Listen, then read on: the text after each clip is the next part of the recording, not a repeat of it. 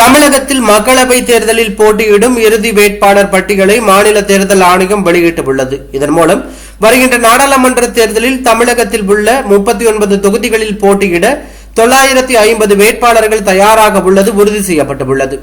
தமிழ்நாடு மற்றும் புதுச்சேரியில் மொத்தமுள்ள 40 தொகுதிகளிலும் ஏப்ரல் 19ஆம் தேதி ஒரே கட்டமாக மக்களவை தேர்தல் வாக்குப்பதிவு நடைபெற உள்ளது.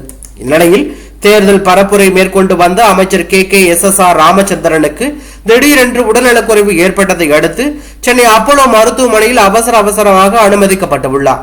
மருத்துவர்கள் தொடர்ந்து அவருக்கு தீவிர சிகிச்சை அளித்து வருகிறார்கள். ஆனால் அவருக்கு என்ன பிரச்சனை என்ற முழு விவரம் வெளியாகவில்லை. விரைவில் மருத்துவ அறிக்கை வெளியாகும் என தற்போது தகவல் வெளியாகி திமுகவினர் மத்தியில் பெரும் கலக்கத்தை ஏற்படுத்தி உள்ளது.